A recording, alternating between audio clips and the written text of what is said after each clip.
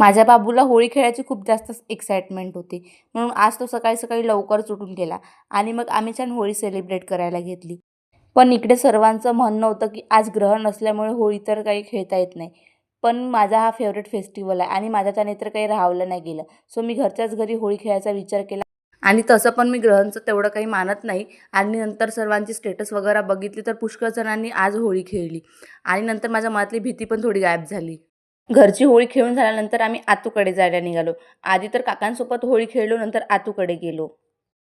तसं पण याला आतूकडे यायला खूप जास्तच मजा येते, कारण याचे पूर्ण फ्रेंड्स मिळून जातात.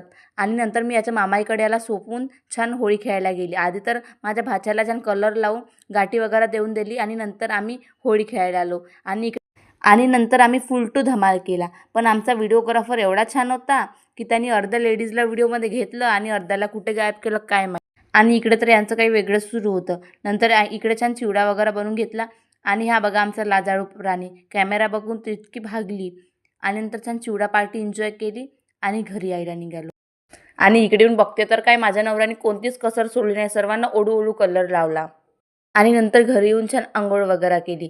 तोपर्यंत आईंचा पूर्ण स्वयंपाक रेडी झाला. आईने आज छान झणझणीत मटण बनवलं होतं.